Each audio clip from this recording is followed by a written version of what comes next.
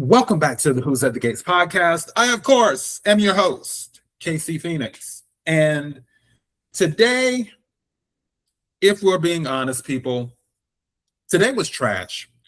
And we watched this so you didn't have to. I will tell you, this episode will be kind of short. We're not really we're not deep diving into the Ted and Leslie thing.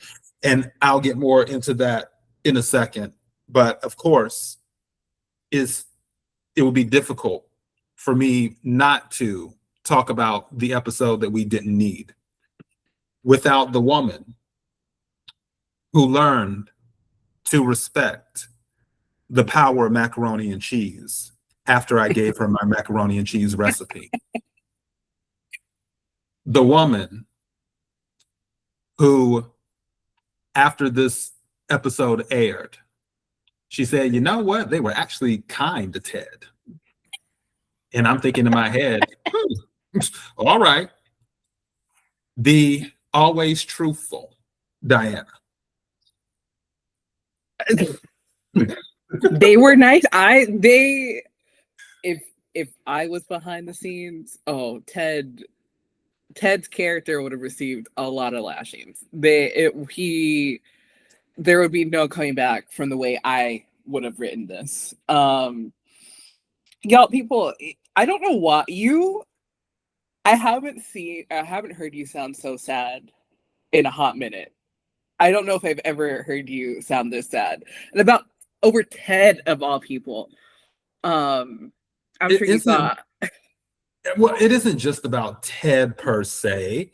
It's about, okay, we deserved better. That's what, and again, like I told you yesterday when we recorded, I said, or what's today? We're recording on a Thursday. Girl, where's the time going? So yeah, I either told you when we recorded Wednesday or Tuesday. And I said, if it's a great backstory, like, and I used examples like when I went to see the movie Demon Slayer Infinity Castle, or like with the Haley backstory episode, I was like, all right, great. I also said, if it's not like that, then okay. And here we are, where it's not like that or like those, since we're talking about two, but it's not like those. And after I finished watching today, I was just like, what did I watch? Now, I would like to explain my issues with what I watched.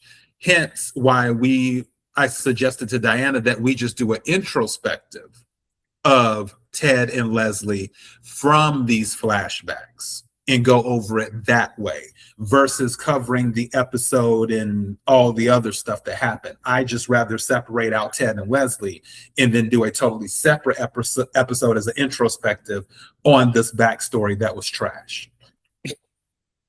What, I guess, I don't know if you really want to discuss it here or during the other episode. I'm just like, what did you think happened? Because this played out again, I think they were a lot kinder to Ted in this portrayal, but I think based off of what we knew, this kind of seemed to be what they said it was going to be. The shortest answer I can give to that is they should have given us something that we weren't expecting to find out, like we did with the Haley backstory. The problem is that it happened exactly like we thought it did, but with less description. Yeah, so, I agree. There wasn't a lot, it was a lot of tell instead of show. Yeah, there's a lot of things that I think they could have done better. I also question why we get this now. What do the writers want us to feel for Leslie at this point? I don't know. I'm just low-key over it. We have 4 scenes that we're playing for this episode, everyone. Only one is of Leslie, because I did kind of want to get that in there, more or less to circle back to some stuff Eva said and everything. So with that, yeah, 4 scenes. Only 1 is with Leslie. None are with Ted. Is 2 are with Kyle and Nicole. The other 1 is with Izaiah and Eva.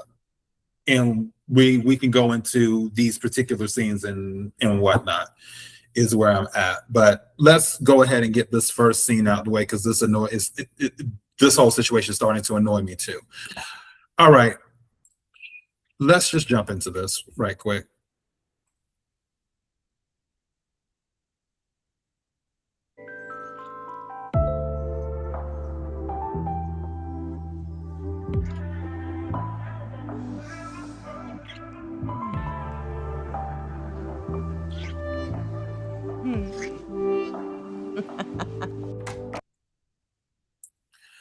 Okay. So, and first of all, Sheila, you have my number. Call me so we can talk about this. Now, as we go into this scene, remember when we were talking about the whole Ted and Shanice thing, and it's like, oh my God, enough already with the I love yous and everything else. I have the same energy for these love scenes. We have seen more than enough of Kyle and Nicole getting it on. I'm done with that now. Let's move past that, because right now I don't know if the writers are trying to cover for Carlton or what, not cover for Carlton, but like basically say, oh well, Kyle is just as desirable or as whatever in bed as Carlton is. That's how I meant to say it. Like basically trying to say Kyle is Carlton's equal in bed, when I damn sure don't believe that. So writers, if that's what you're trying to sneak in, without saying it, it's not working on me. You're not about to convince me that Kyle laying it down like Carlton in bed. You're just not going to do that. Second of all, we went through this with Joey and Vanessa. It seemed like every time we turned on a scene with Joey and Vanessa, they on the poker table, they on the wall, they on the floor, they're on the couch, they're in the car. Okay, great. We get it. In other words, if you're going to do the love scenes, and a lot of them, do them with people that we want to see. That's all I'm saying. I don't think everyone wants to see Nicole and Kyle get it on all the time. Maybe I'm wrong. Diana, is this too much for you? I didn't even watch the scene, if I'm being honest. I think I saw it in bed and I was like, all right, I could answer an email. It's like, of no importance to me whatsoever. Oh boy. Well, I guess writers, we have our answer. Because this has been irritating the hell out of me. It really, really has. So I'm like, okay, because don't forget that it was yesterday's episode, or no, was it today's episode or yesterday's episode? Because they started messing around and then they went and stuff. And also, this must be nighttime, and that's the other thing. You get confused sometimes because it's not like it's a new day with a new episode. Sometimes it's still the same day. And I swear to God, if Eva is still in that dress tomorrow, I'm flipping the table. Like, it's time to change it to a new outfit. But with this, we just had Kyle doing whatever Kyle does. And I'm just like, okay, sir, you and Nicole are really getting it in a lot. Do we have to? I think this is just the MO for the show. Like you mentioned all these couples. Like, I don't know if Andre and Danny, for example, left that bedroom after they got married. Yeah, okay. That is, I'll say, justifiable, for lack of a better word, because their relationship, the storyline was they ended up connecting through sex. Mm-hmm. So for them, that's what their relationship started out as. I'm not mad at them for because that's how they've comforted each other. But for Nicole, Dr. Nicole Yvette Dupree, Again, her middle name isn't Yvette. That's just what I've given her. So for Dr. Nicole Yvette Dupree, it's one of these things where it's like, okay, girl, this isn't necessarily you. We know that you like to get it in because that was mentioned in her previous marriage that they had their time too. It's just, I don't think this energy fits for Kyle and Kyle's character. And not saying that Kyle isn't a sexual person. That's not it. Kyle is very sexual. He was a wandering doctor. We know he was out there doing what he was doing. I'm not judging him for that. It's just for this relationship dynamic, I don't feel this is the foundation with Nicole. I would like to see them doing other things like playing Scrabble or Connect Four or something like that. Not every time we turn around, Kyle's like, hey, let's get it in. Or Nicole's like, hey, let's get it in. That is Danny and Andre's MO. That's all I'm saying. I feel like, do I have to do, what is it, tithing? Do I have to provide that? I feel like I just went to church.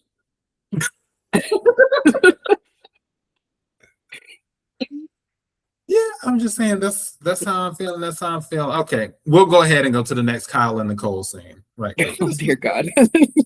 I know, right? It's about Kyle and Nicole today. 10:36. Okay, so 10:36. Wait a minute, I jumped way too far ahead. 10:36. You know what? I'm low-key tempted to let all of it play because I did the first half, is what I did. Why is this thing messing with me? You know what? 38 is close enough. Let's roll. Once when I was doing the traveling doctors thing, and they were supposed to be at college. One too many viewings of risky business. Maybe. How the boys get caught. There is always a tell. Pool. Say more. When a two-piece bikini cost $3,000 to get fished out of a pool's pump. Oh, say no more. And if that was all Noah, let's not tell Vanessa that story. Well, the bikini, it was a smoking gun. You know, but I did have a sneaky suspicion they were up to something, considering the house seemed a bit cleaner than it was before I left town. Oh, no. All right. We have the platter that apparently was a wedding gift, but Yeah. I don't. It still looked like you got it from Marshall's or Ross's. So why did we? It wasn't something like a vase or something like that. You know what I mean? From the Ming Dynasty or something. I don't get why, and maybe this episode just has me on one today because I just Sheila, you have my number. Call me. I don't get why we're trying to make things bigger than what they are. That's all I'm saying. It was just a platter. Now, if they want to be like, oh, that was the other thing too. She had said that it was somewhat like a cousin, or it wasn't even like Danny gave it to her or whatever. It was some random relative that gave it to her or to them for anniversary gift or for a wedding gift. So it's just kind of like, this isn't even a relative we've seen on the show, and you're touched by it. Okay, I guess you're trying to tell us, or the writers are trying to tell us, see how she's still in love with Ted? Okay, great. I wish it was something that was a little bit more sentimental, or let me rephrase. I wish the visual was something more sentimental, like a music box or something. And when he was putting the platter back on there, he happened to knock that over and it broke or whatever. I just, these people running me low. And funny enough, I was like, oh, I thought you were going to have a field day with this one. I thought you were going to be, see, I told you, I thought you were going to be rubbing it in my face. Yeah, well, Um, that's still, don't get it twisted. That's still there with those feelings. I've been saying this just by definitely no later than I'm thinking April of 2027, they will get back together. I'm still holding on to that. I'm still standing on that. By no later than April of 2027, Nicole and Ted will probably be back together. Or at least just something's going to happen where they're going to kiss or they'll sleep together, or I don't know, Nicole will end up sick or Ted will end up sick, and then there's in the hospital, and then one of them is pulling a Danny where they got to be by the other person's side. Something will trigger it where it will be crystal clear. Okay, yeah, they're getting back together, or they will already be back together. So I'm not saying that energy isn't there. What I'm saying is the visuals, the aesthetic is not doing anything for me. You have a clear platter with no intricate design. Didn't even look like Mikasa. So why are we here? That's all I'm saying, Diana. I mean, I don't think everything can be, the key to the office. Or what did Danny give Bill? Remember Yeah, that was there. She got it, I think, gold plated or whatever as a Right. symbolization and stuff, which was Right. really cool. Yeah, I don't think every gift is going to be like that. I mean, again, I personally can't relate to the storyline, but I can relate to being sentimental about things. And I don't know if it's necessarily like, I don't know, just have to be intricate to think about something and miss someone or miss a moment in time. I'm gonna hold on. I'm gonna be delusional and be like, she just misses that moment in her life. She doesn't miss Ted. She just misses like how put together her life was. Please, dear God, because I don't want her to get back with Ted. But I just I have like a little box with like little like random things. I'm sure you'd be if you got a hold of that box, you'd be like, did this come from a gas station? Wow. I believe in sentimental, but it needs to carry that. It's like I just can't see being sentimental about a clear plate. Yeah, I don't know. I think maybe it's not. It's like the lasting remnant of her marriage or something. Okay, girl. I don't know if it has to have a reason. That's just, like when you miss someone, which she unfortunately and very clearly is. Well, she has Kyle, and they can just sleep together and take her mind off of it. I'm like, okay. Okay, so the only Leslie scene that we are doing is this one, and it's so I can circle back to what Eva was talking about. So hold on, 1529. Oh boy, 1529. Okay, there we go. Ted. Ted.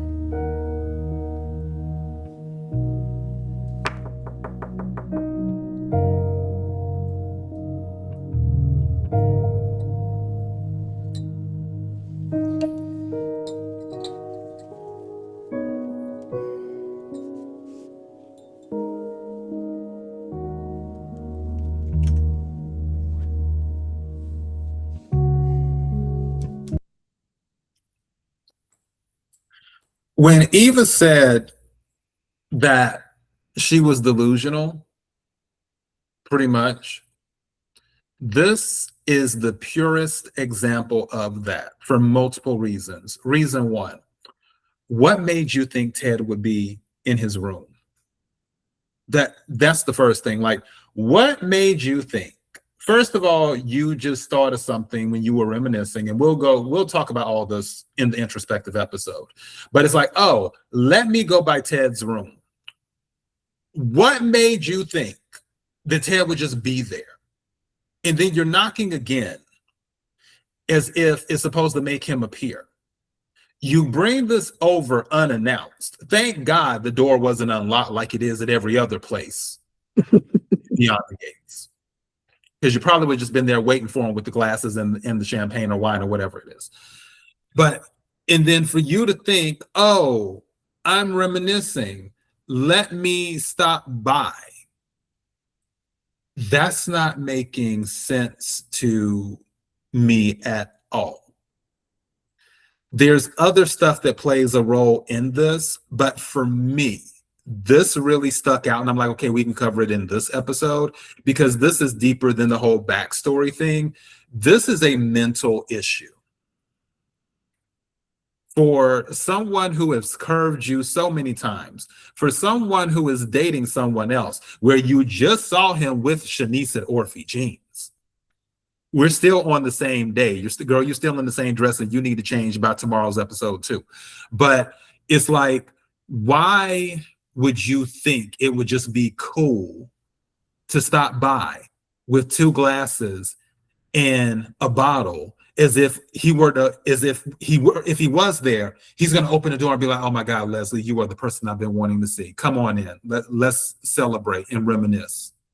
Huh? But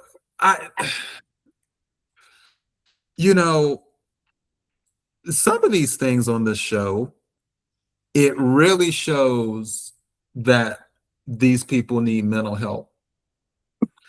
And I wish they would get more serious about this in the sense of there needs to be a reckoning with some of these characters and their thought processes.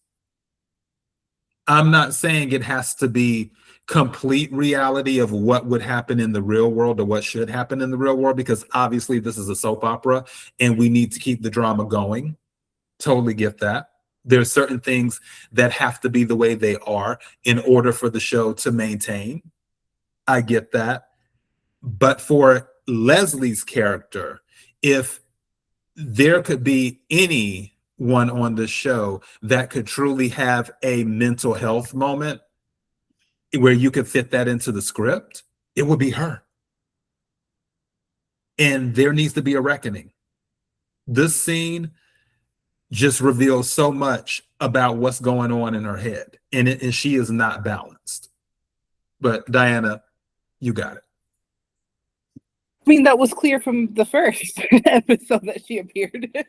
She is, you said it, she's not balanced. I mean, it's interesting that you have an issue with her, the writers taking her to Ted's door. My issue is like, what the hell is Ted still doing living in a hotel room? Part. Like, that man is a plastic surgeon. Does he not have the money for a condo? I'm more annoyed at that than Leslie, being there. He did mention he was looking at I'm pretty sure there was an episode, like I'm 75% sure. There was an episode where he hasn't done it, but where he did mention he was looking at a condo or a new place to live. Yeah, so until that happens, I'm still, I'm just like, sir, get a home. I mean, my issue with all this is that I don't know if it's just like happening too late or what, because we're now, I think this is episode 150 or 200 or 100 of the season. This one is 151. So, we've gone back and forth with Leslie a lot.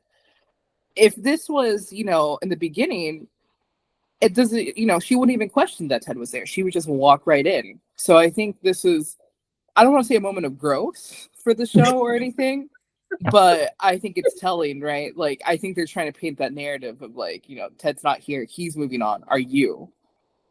And clearly, like you said, Leslie isn't. She's still kind of like hung up on Ted and the hope that he's there. Why I'm kind of having an issue with all this is because, like, clearly Leslie is a woman who, I think the writers are trying to portray that she was never chosen, right? She is kind of, people she doesn't get chosen first. She gets chosen last, or she gets disregarded and all that. And I don't know if they're trying to make us feel bad because she's like, you know, lonely here. She just wants someone to talk to. And, you know, she has like this unrequited love. But I don't care. You know, I'm thinking about Laura. I'm thinking about how she ruined, you know, Nicole and Ted's anniversary party. I'm thinking about how her daughter treated Kat. I'm thinking about all the nasty things that she did and like why she's here. And what is, I'm just trying to figure out, so what is the end game here with her and her character? That's what's driving me a little bit crazy, because I was watching, I forgot what scene it was, and I was like, yeah, because I'm pretty sure it was from this episode. I have to look at it again. But it was like, I think it might have been the bar scene. Long story short, as soon as I saw a certain scene with Leslie, I was like, okay, the writers, anybody who's looking for justice for Laura or for Leslie to have some type of karma, even though you could say, like I said before, the whole Eva thing might have been part of that, even though Anita said it wasn't. Anita and I can agree to disagree. I do believe they're like, no, we've moved on from that. The writers have given the impression now that no, we've moved on. We're looking to turn Leslie into somewhat of a better person, but she'll still have her flaws. What happened with Laura was just a huge lapse in judgment, but at her core, quote unquote, she's a good person. That's kind of where I'm at on it. The conversation that she had with Grayson's like, why did you decide to give me a chance? And Leslie's like, I've been in some tight spots myself. They are really trying to show her human side. I still believe, I don't care what the writers do, Leslie is still a manipulator. She's still a sociopath. She's still a narcissist. And you can be all of those things and still do good deeds. But she is what she is. This is the character that they have given us. So it would be difficult for someone to say, okay, this is your character, but now we're turning the character into this. Do people evolve? Yeah, but not Leslie. I mean, yeah, you're right. People can change, but I don't think it should have happened after the, you know, Eva's accident. I really don't think it was karma, because I don't, what did they lose from that? Well, Just she like, almost lost her daughter. One could say the karma was, you need to learn to appreciate what you have. And also, and just from and even Leslie was like, I think this was my karma. You can't tell me, and this is me speculating, which Elise did tell me, like, I need to, instead of doing about plausible possibilities, go by the facts. Even though the facts don't say this was in Leslie's head, I'm saying for most people who would have went through what Leslie went through, they would have thought, oh my God, Laura was in the hospital. My daughter's in the hospital right now fighting for her life. Now, if she's a pure sociopath, she wouldn't care. But she did have somewhat of a conscience, because she said that to Anita, like, I feel like this is my karma. So yeah, I mean, I think people, you know, people pray, right? When it's, isn't there like a saying, like, you pray only when there's an emergency or something like that? I don't know. Whatever. I didn't listen to your whole sermon earlier, so forgive me.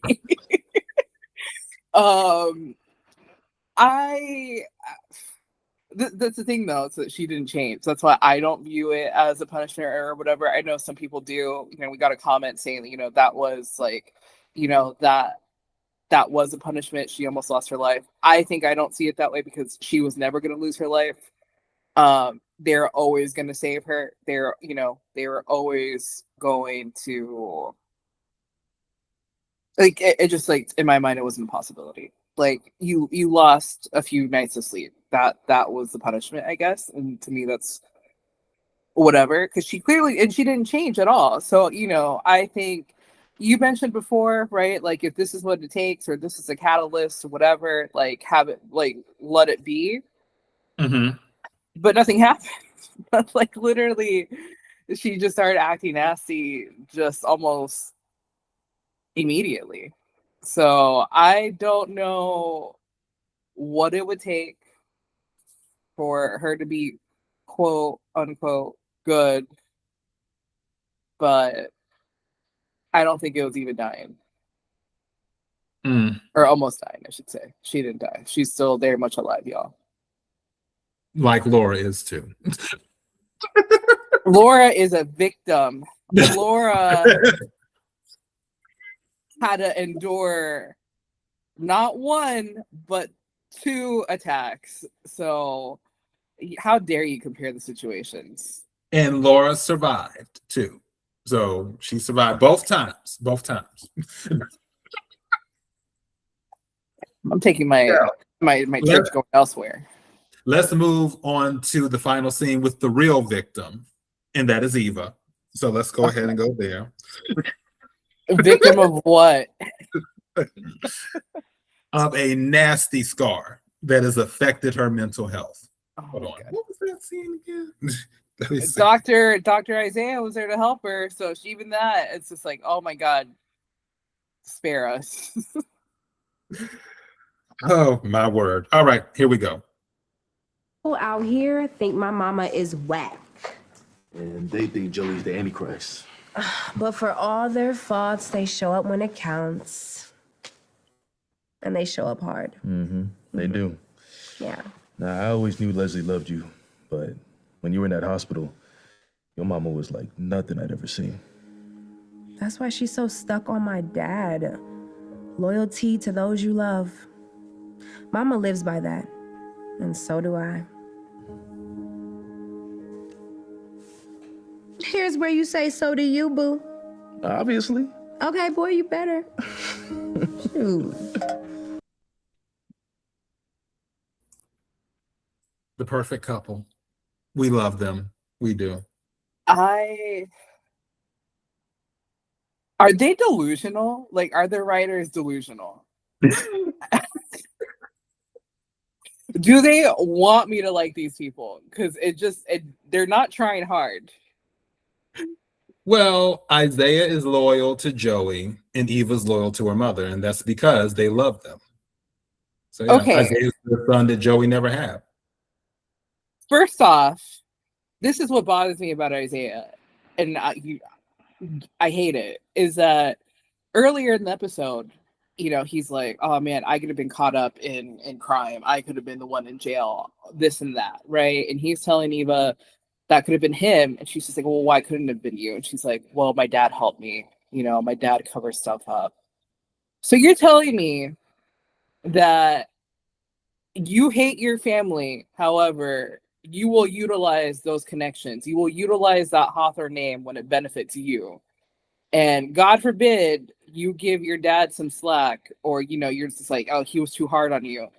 But he let you off on crime, but you want to give that white man all the credit for raising you, for being the father you never had or whatever.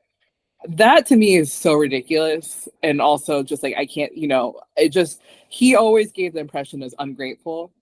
And this is why I just like can't stand it, for all that his dad did for him. And arguably, like, if I knew that the chief of police was covering up crimes to shield his son, best believe I'd be at City Hall, asking for his impeachment, and being like, asking that he get fired, because that doesn't fly with me. But here Isaiah goes being like, well, my dad helped me. Can you believe that man? Or give all the credit to Joey. It just rubs me the wrong way. It really does. The whole thing about, well, my mama, that's my mama. She really loves loyalty. So when Kat was trying to defend her family from the evilness that is, Eva and Leslie, all we heard was that Kat was stuck up, that Kat was a brat, that Kat was doing the most, that she, was being unreasonable, but let it be them who values loyalty to each other. And it's just like, wow, aren't we the best people around? What else? Oh, also they're like, people give them a bad rap. Ma'am, your mother almost murdered a young woman with a bright future ahead of her twice, just so you can go spy in some little rinky-dink office that Nicole's, does her business out of. I haven't even seen her in that office for a whole season, so whatever. Yes, there's reasons why we are judging these characters. Joey being, I don't think Izaiah should know the stuff that Joey does. So I don't understand why he's just like, oh, he's not that bad. He can't be that naive to think that Joey isn't, a person that murders people. I mean, I'm As sure Eva. Well, he knows. Sorry, go ahead. No, I'm sure he knows. But that's the thing, though. That's why him and Eva are good together. And that's why I said, if it ever comes out what Leslie did to Izaiah, it's not going to bother him because he's already been in this life. He used to jack people's cars and stuff. One might say that's even worse than what Leslie did to a certain degree. So, because Leslie only did this thing once. Well, twice she tried to, end Laura. But with Izaiah, him just going around jacking cars from people multiple times. I mean, I guess I can understand gray area, but I can't stand the self-righteousness. How about that? They're very self-righteous. They're not Fairmont Crest, right? They're not the Duprees. They don't care about status. But for people that don't care about that, they're very self-righteous, protecting people who don't deserve it. Again, Joey, who is a criminal, and Leslie, who is openly hostile, antagonistic to people that don't deserve it. Yeah, I'm not mad at what you're saying at all. Actually, I agree with you because that was the first thing I was thinking when Izaiah was explaining to Eva. I'm like, wait a second. So you're saying that you got the hookup all this time, and had you not gotten the hookup, you would be in jail too, and you can't give your family a little bit of grace? Yeah, I was giving the side eye. Like, don't get it wrong. I can call out anybody on this show, Izaiah included, even though Izaiah can do no wrong. I can still call him out when something doesn't look right. Eva, that's just her situation is just way different from Izaiah's situation because Izaiah wasn't programmed. Eva was programmed. It's different dynamics. That's, fair, because like I said, I said before, it's like this sort of Stockholm syndrome, right, with her mom. Like this is why I don't think Eva could ever grow as a character, because she is tied to her mother until she is, her telling her mom, like, Mom, you should date that man because, no one else will give you the time of day. That's not really holding someone accountable. And not in my opinion. That's why this to me does nothing. I'm like, okay, girl, like, then sign your mom up for Bumble or for Tinder. That's, instead of, hey, Mom, maybe you should admit to the murders that you committed. Submit your wigs as evidence. That, I think, was a little bit more growth. And that's why I'm like, it's hard. I want to give Eva grace because that's her mom, right? I think for a lot of people, it's very hard to come to terms with awful things that people close to you have done. A lot of people are in that kind of situation or have had to go through a situation where it's, you have to like face the person that you grew up with, right? Like it's kind of hard to reconcile like the person that you grew up with, someone that you deeply love, doing terrible things. That's why I don't want to say that like, how dare she have these opinions, but this is also why I can't take them seriously, because I'm like, yeah, you would protect him to then to like, of course you would have that opinion. Of course you would be self-righteous about it, but no one else is going to think that, you know? So don't be mad if other people don't. Don't be mad if other people, you know, see Leslie for the person that she is and doesn't, you know, include that, because she made that comment, right? She's like, oh, people think my mom is, you know, like, what did she say? Whatever. A lot of people have like negative opinions about her mom, right? And he's like, oh, and Joey's the Antichrist. Yeah. Right. And it's like, well, yes. Like, and what? Which is what I would, you know, she said that public. I'd be like, you're being too nice, actually. Well, with Eva, I do get it. Joey, not so much, but with Eva, I do get it, because it's like when it comes to your mom, like, that's my mama. You can talk, Right. you can say what you want, you can tweet till you blue in the face, whatever my mama want, she can get, because that's my mama, and I don't care how anybody feel about it either. So yeah. Yeah, like I get it. You're gonna defend your mom, but like again, it's the self-righteousness, it's the lack of awareness. It's not even like her. She's almost saying it's like if people just gave her a chance, like things would be different almost. And it's just like, no, your mom's just a terrible person. Or your mom hasn't, you know, shows no signs of growth either. That, you know, you said that she should have therapy. She should get therapy. I think it's a great idea. I doubt she'd get it, and it better not damn well be Nicole, because it seems like she's the only, you know, therapist in the DMV area. But that would be, you know, someone to talk to that isn't her daughter. How about that? Yeah, I don't know. This is probably for me the lowest point of the show, like this conversation, because this makes no sense to me, or it just confirmed what I thought about these characters, which wasn't, you know, obviously positive. Yeah, I just, for me, I think they could have done much better with the episode that was done today. And Gators, we will do an introspective of the backstory with Ted and Leslie and discuss this more, because it was trash. It was. And we'll explain. Well, I'll explain, because yeah. Yeah, I have a lot of thoughts. I mean, if anyone else, you know, if anyone's made it this far into this episode, you know, we welcome your thoughts, what you thought about it. I mean, I definitely have my opinions on it. I didn't think it was that bad. Okay. What do you got? I don't know if anyone has an opinion on the fashion, on Ted's shirts, anything. Please. Yeah. So the goal is for us to record the introspective tomorrow to upload for Saturday.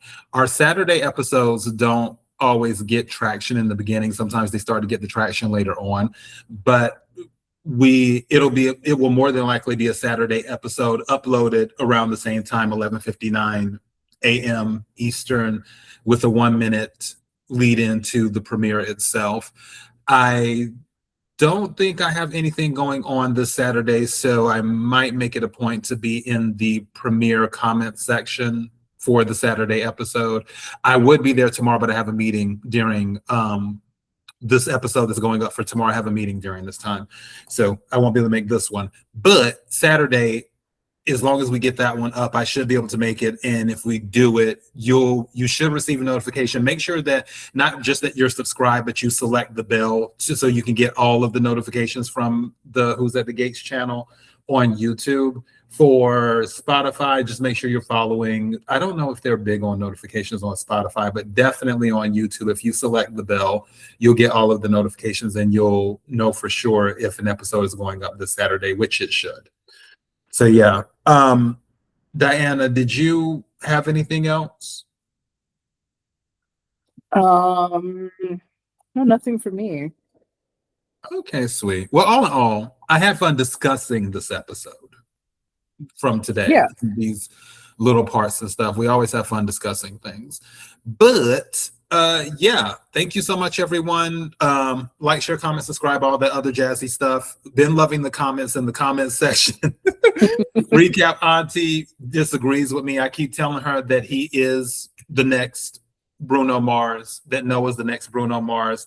And I also told Recap Auntie in the comments too that we were wondering who would replace Luther. Now we found him. So Oh, I saw that comment. I almost deleted it. I was like, I don't want my name brought up in this. all right, everyone. Until next time. Bye.